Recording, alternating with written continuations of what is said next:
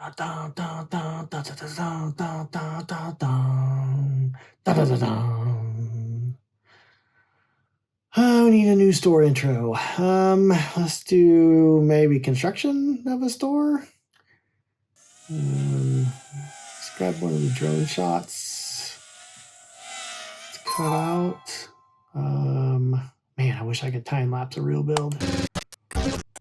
There's not enough time for that. Focus, focus, focus. We gotta just make this fast and don't overcomplicate things. Get some 3D elements of a construction site. Kind of match those up with our building. Ooh, here's a dirt explosion. That'll work.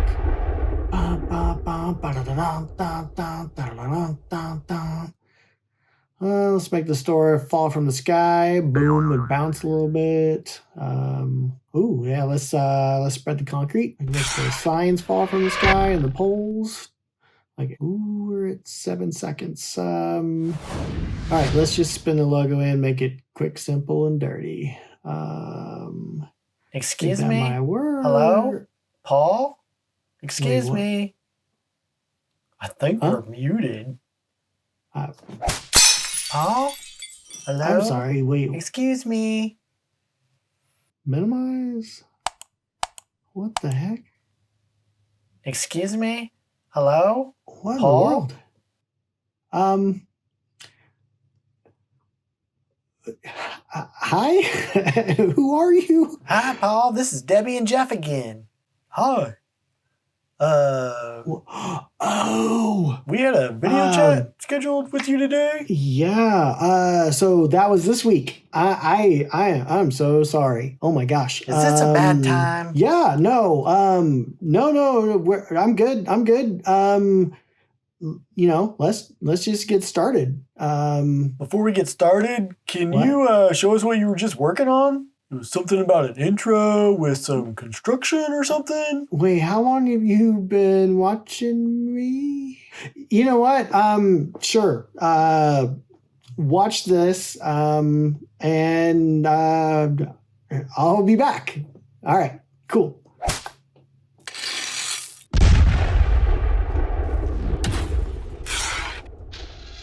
Coming.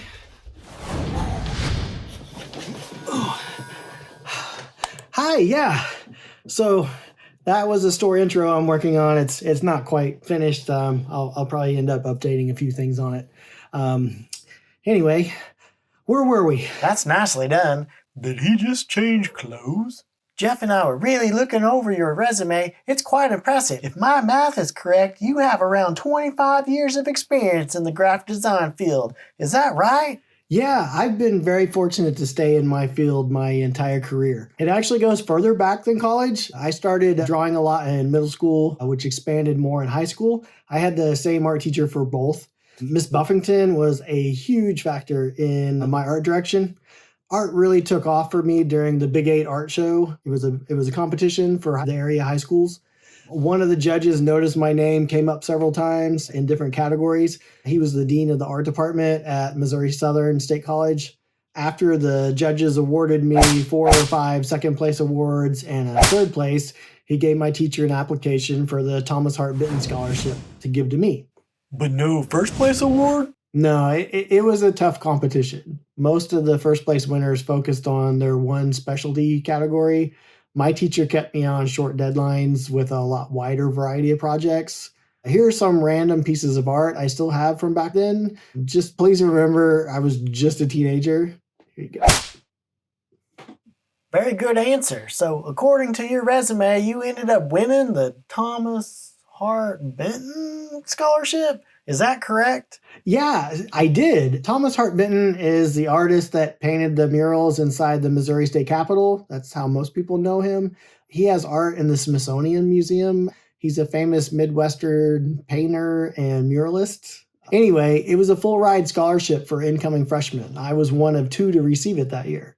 Did you get first place that time? There wasn't any places. It was just 2 awards based on a 300-mile radius of Missouri Southern. So probably another second then. They really didn't say. I'm sorry. Definitely second. So Paul, It says here you won another scholarship in college. Yes, thank you. I won another full ride scholarship my senior year. It was a faculty chosen scholarship amongst the professors in the art department. All right, that sounds like a first place to me. Well, okay, they actually had multiple scholarships that they gave out, and the one that everyone really wanted was just a full ride with no strings attached. Mine was a performing aid scholarship, which required me to work in the computer labs and help the freshmen and sophomores during their lab times. Sounds like another second place.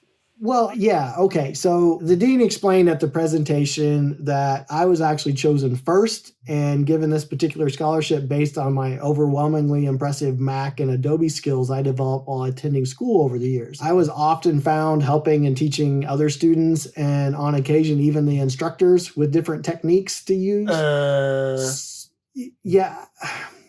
Yeah, Jeff. First choice for second place. Yeah, that's the way. Yeah. I knew it. Paul, did you study any fine arts while in college, or was it strictly graphic design based? Oh, yeah, it wasn't all just graphic design. Besides studying a lot of art history, I continued with my high school tradition, I guess you would say, and took a wide variety of mediums. So here are a few examples of those. I was actually the very first graduate to ever build and display a website at their senior exhibit. They couldn't get an internet service in the exhibition room back then because you had to pay for a dial-up service and set up phone lines and all that stuff. I really had a desire to showcase a website. I did a lot of research and I found out that I could actually burn the files onto a CD-ROM and put that in the computer, and I didn't need internet. It just performed like a normal website. That's a huge accomplishment. It was, yeah. My project was a big discussion around the art department at the time with all the professors and the faculty, which wasn't the best thing in the world. One of the professors had me show him my progress, which I thought was flattering, but he ended up helping another student duplicate the process. And then our group of seniors that year was so big, they couldn't fit us all in the exhibition building at the same time. So they split up our group. And she was put in the A group, which went first, and I was put in the B group, which went second. So technically you were second again. Technically, yes. I was the second person to display a website at a senior exhibit at Missouri Southern State College. How about we just move on to your work experience? Can you quickly run through a summary of the positions you've had? It appears you've had a whole wide variety of those as well. And you've maybe freelanced your entire career. Yeah, absolutely. Yeah. I guess to start with, my degree is in art with an emphasis in graphic communications. This basic descriptor has expanded a lot over the last 25 years. So my main college education and a large initial portion of my career is in print. It's sort of where the foundation of my design skills all are based. As technology expanded, so did I, from print to web and now to video. Tell us about PicturesNTime. Yeah, so this was a small business started by one of my day job managers, myself, and a concert photographer.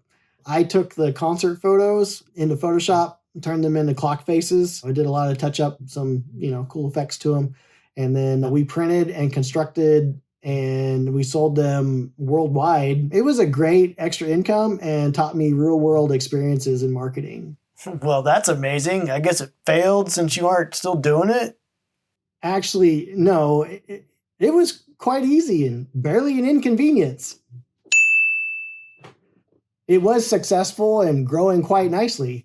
However, we learned something they skipped over in college about the difference between selling copies or reproductions of photos, which is completely legal when obtained with a press pass, and they all were, versus selling products with those same photos, which turns out isn't quite as legal.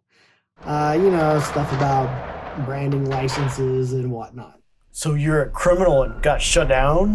No. I sold my portion of the company to my partners after we became big enough to draw attention from some very famous bands and artists. Oh, really? When the cease and desist letters started coming in, I was done. Since I wasn't making any new designs, they eventually stopped making the clocks altogether.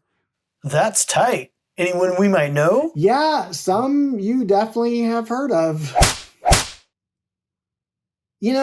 Let's move on to my first professional job after college. I was hired to be a CG operator at a local television news station. There's a good story about how I got hired in the interview process, but let's just skip straight to the job duties. Part of the job was running the banner graphics you see at the bottom of the screen with people's names and locations during interviews and things. This was all done live while the news was being broadcast, so it was a little bit nerve-wracking. I also built a lot of the background screens that they green screened in for the newscasters, stock screens, and even a trivia game, ironically called the Jeff Files. It had the X-Files music. Jeff Files? That's tight. Didn't you say you started with print? Well, yes, but sorta. I actually wasn't at that job for very long. I had applied at a bunch of jobs when I graduated. I was offered a much better job at a place called Gallery Graphics. Oh, good. Can you tell us about Gallery Graphics? Gallery Graphics was a very unique experience. This job was mainly print-based. It was typical 4-color pre-press production. But what was unique was digitally repairing old posters, paintings, prints, and books for reproduction. The owner's collection of antique and vintage art was meticulously organized by year. He and his team researched when they became public domain. So some of the artwork was from the late 1800s and early 1900s. As each year passed, it opened a new section of the collection that we could work with. We also had contracts to work with current artists. So it was pretty cool because as we worked more and more with the artists, a few would special request me to work on their own artwork, which was really flattering. We would take their artwork and we would reproduce prints and create other products such as calendars and even sachets. Sounds like you gained a lot of experience in product creation while you were there. I did, yeah. There were so many products. There was an on-site potpourri plant, a huge factory where they built the custom frames with glass and mats for the prints that we worked on. One project I had was to learn how to use AutoCAD to create artwork for a robotic mat cutter. That was my first introduction to CorelDRAW as well. I still occasionally see art I did way back then on hotel walls around the country now. I honestly couldn't have asked for a better first out of college experience. Second. Yeah, I mean second. Thanks, Jeff. Again, that's impressive. Let's move on to Control Vision. So that company was more technology based instead of artwork based. This company had contracts for video equipment for trains. It made circuit boards for different businesses, but it mainly wrote software for pilots. So the aviation field was brand new to me as a target audience, but there was still a lot of print and web design involved. I worked with our coder to design a way to fully integrate 4 different company websites into one. It was probably best explained as a color-coded menu with a header and layout change, so everything looked really similar, but it really flowed well as people clicked around. Control Vision was the first place I built images for the UI interface of installation menus for their software. I incorporated the branding from the installation CD, which I also designed, to the manuals, the brochures, and magazine ads, billboards, labels, posters. Another very cool first for me, the company sponsored an aerobatic pilot named Eric Beard. He was one of the few pilots certified to shoot pyrotechnics from his plane. He was a very cool guy.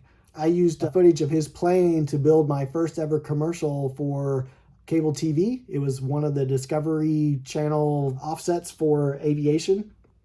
Now, that had a steep learning curve for video requirements back then. Yes, Jeff, even more than the local news station. Sounds like a fun job. Why'd you leave? So sadly, I was laid off shortly after the incidents of 9/11. 9/11 basically shut down the aviation community. Oh, wow. Well then, let's move on to Paul's printing, shall we? You started your own printing company? No, Jeff. I worked for someone and his name was also Paul. Isn't that a bit ironic? Go ahead, Paul. Okay.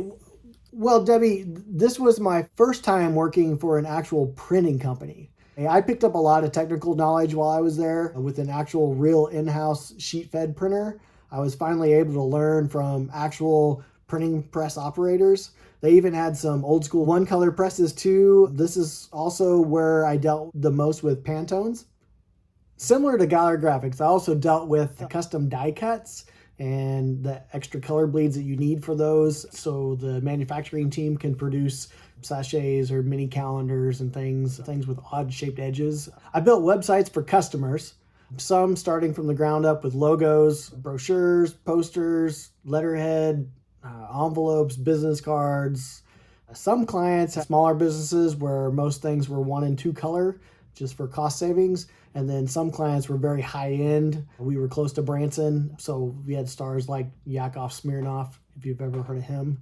One of the other things that was different with this job was rebuilding customers' graphics. More and more people were learning how to create images on their computers at home, but not necessarily in the quality or file type we needed for printing them. So some would ask for business cards with their logo on it and then hand you a piece of paper that they'd printed it out, and you scan it and you just basically rebuild it is kind of the way we had to approach most of those. That sounds like another great learning experience. What was Astral Direct? Oh, Astral Direct. Astral Direct or Direct Retailing. They were a mail order catalog company. There were 3 main brands. Linda Anderson, which was high-end home decor, clothing, gifts. And then they had the Music Stand, which focused on gifts for musicians and music lovers. And finally was one called Characters, which sold clothing, gifts, and memorabilia that focused on movies and cartoon characters. I originally applied to be a web designer, but after seeing my portfolio during my interview, they offered me the position of color conversion specialist. Many people think changing digital images from RGB to CMYK is just a click of a button in software. For 4 years, I was no longer really a designer for that job. Oop, there it is. Not technically a designer. Jeff, I still freelanced that entire time. At this job, I worked with our photographer to edit her shots into the press-ready images that our catalog designers used. So I didn't technically do layout work. We worked together to design some great pieces. In my dark office, back in the back, I had a big light booth table and a very expensive color-accurate monitor I would recalibrate every 3 months. I also printed and adjusted the printer proofs and would bring them with me on press checks. So that was another internal service that we did. I learned a tremendous amount about adjusting color for print, how to keep the darks from printing muddy, how to match certain areas of products to their natural color, and on occasion create images of products we hadn't even received yet. But we needed to get the images in the catalogs before we even received the product to photograph and sell. So the holiday season was huge for us. My job was to make products in the catalog look so good people would buy them, right? But not so good that they would return them because they were disappointed and it didn't look like what was in the catalog. So a big part of this job was to travel to Atlanta, Oklahoma City, different places for press checks. We printed millions of catalogs. Some of these presses printed 5,000 plus feet per minute.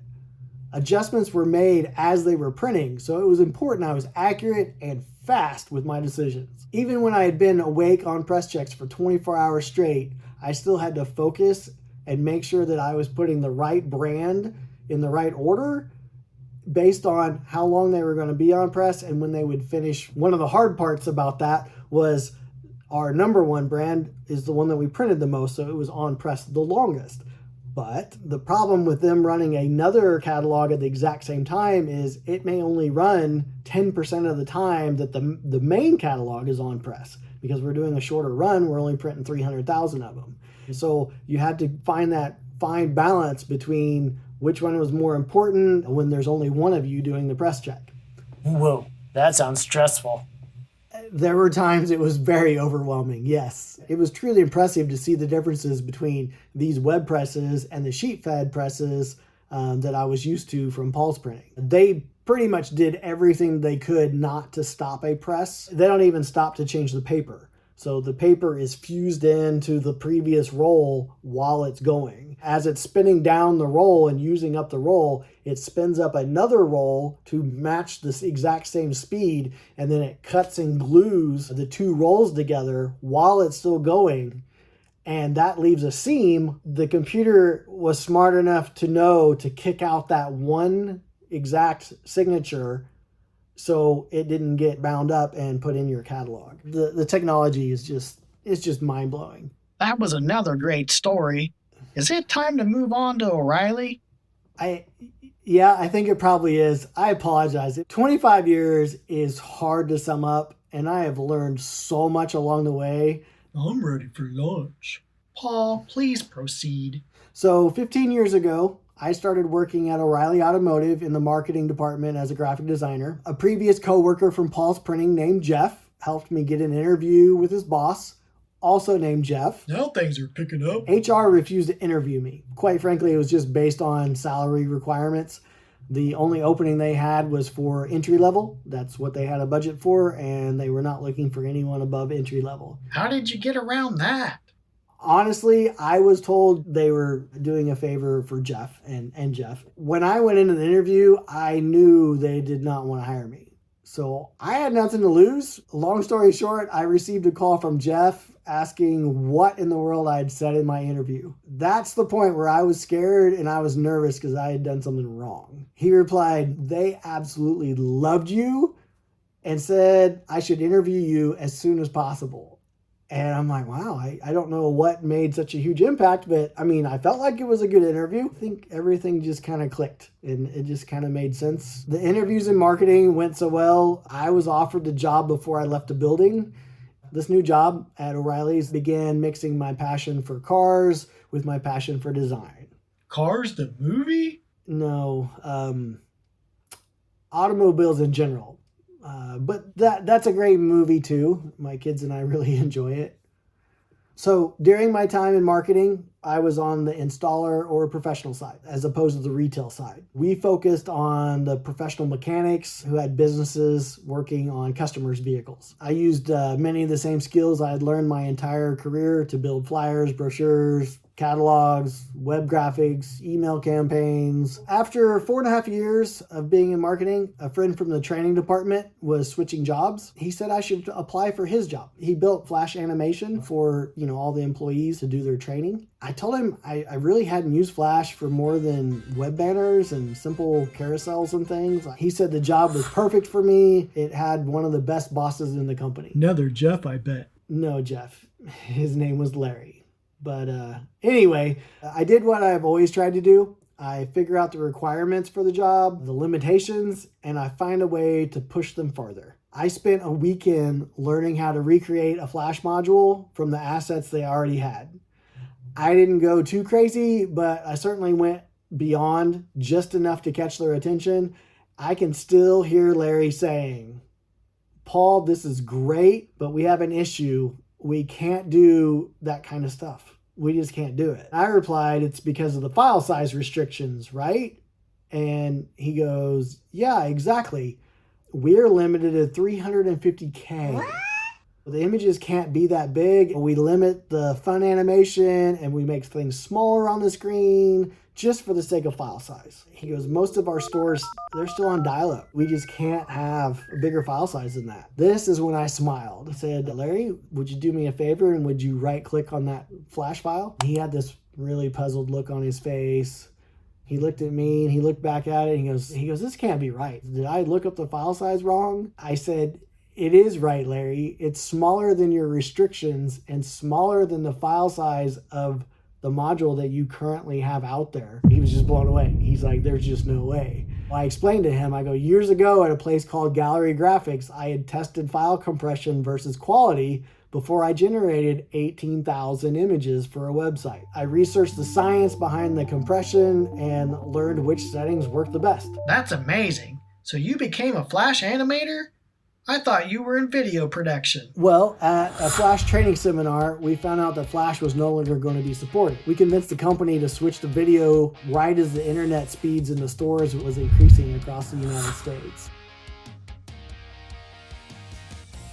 What's one of your favorite parts of your job? One of my favorite parts of my job, I really like when I get to take a project from the ground up. Start with the name, then the logo, then a style brand. But being creative in my animations is also a highlight of mine. I like to be able to push the quality and exceed expectations. When I surprise people enough to get a grin, I feel like I've done my job properly. Paul, thank you so much for your time. This has been an absolute pleasure. Your passion for design beams from you. Jeff and I wish you the best of luck in your future and can't wait to see what you do next. Yes, thank you. Yeah, thanks, Paul. Can we finally go get lunch now? You are so unprofessional. Did you turn that off yet? Of course.